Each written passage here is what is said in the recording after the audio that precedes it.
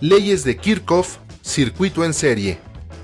La primera ley de Kirchhoff, o ley de conservación de la corriente, establece que en cualquier circuito, la suma de las corrientes que llegan a un nodo es igual a la suma de las corrientes que salen de él. Por ejemplo, en una clavija, la corriente entra a la carga por un conductor llamado de fase. La corriente hace funcionar la carga o el equipo y sale por el conductor que se llama neutro, es decir, la corriente que entra a un punto es la misma que sale de él. Por ejemplo, en un molino, la corriente de agua los hace funcionar y el agua sigue su camino. La corriente se conserva. En un contacto con dos equipos conectados, la corriente que llega por la fase llega al nodo y se divide en dos caminos. La energía entra por las fases de los equipos y la corriente regresa por los neutros de cada uno de ellos, hasta el neutro del nodo. Entonces se dice que la corriente que sale de un punto es la suma de las corrientes que regresan a él, ya sea en un contacto o en una carga.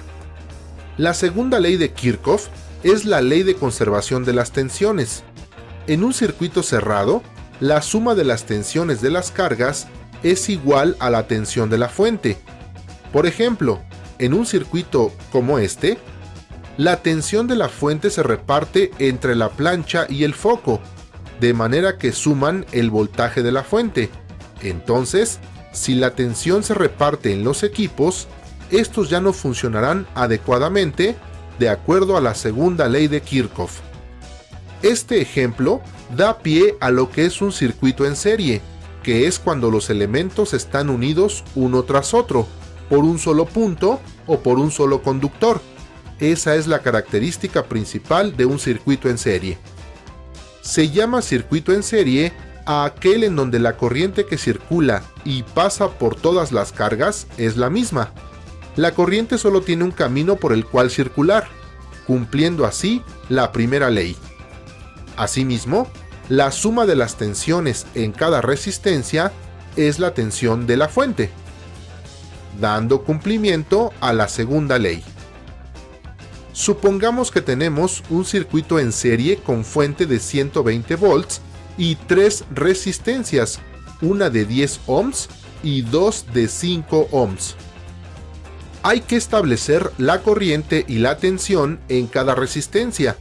Para ello, debemos convertir este circuito en uno equivalente que represente el comportamiento de todo el circuito, es decir, se determina la resistencia equivalente a la sumatoria de las resistencias. En este caso, son 10 más 5 más 5, igual a 20 ohms, lo que representa a la resistencia del circuito original. Con esto podemos determinar la corriente que circula por el circuito, utilizando la ley de Ohm que nos dice que la corriente es igual a la tensión entre la resistencia, 120 entre 20, 6 amperes. Quiere decir que por cada una de las resistencias circulan 6 amperes. Ahora la tensión. ¿Cómo se comporta? Se reparten esos 120 volts, partiendo de la ley de Ohm. Tensión es igual a resistencia por la corriente. La tensión en la resistencia 1 es 10 ohms, por la corriente 6 amperes, igual a 60 volts. Tensión en la resistencia 2, 5 por 6, 30 volts.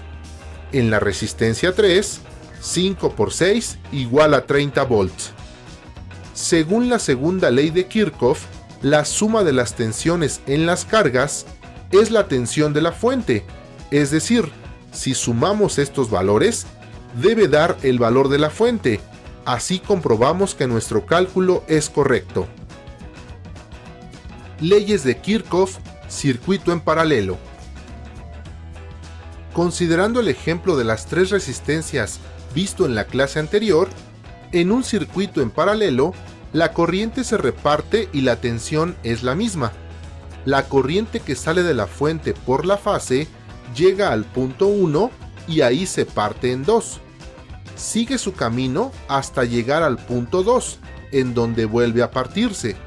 Después, viene de regreso por el neutro, y cuando pasa nuevamente por el punto 2, se suma con el punto 1. Así, se cumple la primera ley.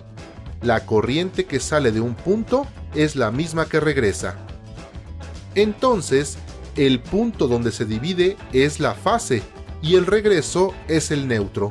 127 volts más menos 10%, debido a que todas las cargas están conectadas en paralelo. Dando valores al circuito, supongamos una fuente de 100 volts y las tres resistencias en paralelo. Por concepto, la tensión en las tres resistencias es la misma, 100 volts. Esto debido a que en un circuito en paralelo, la tensión es la misma y esto se cumple teóricamente. Ahora debemos determinar cuánto es la corriente que sale de la fuente y cómo se va repartiendo en las tres resistencias.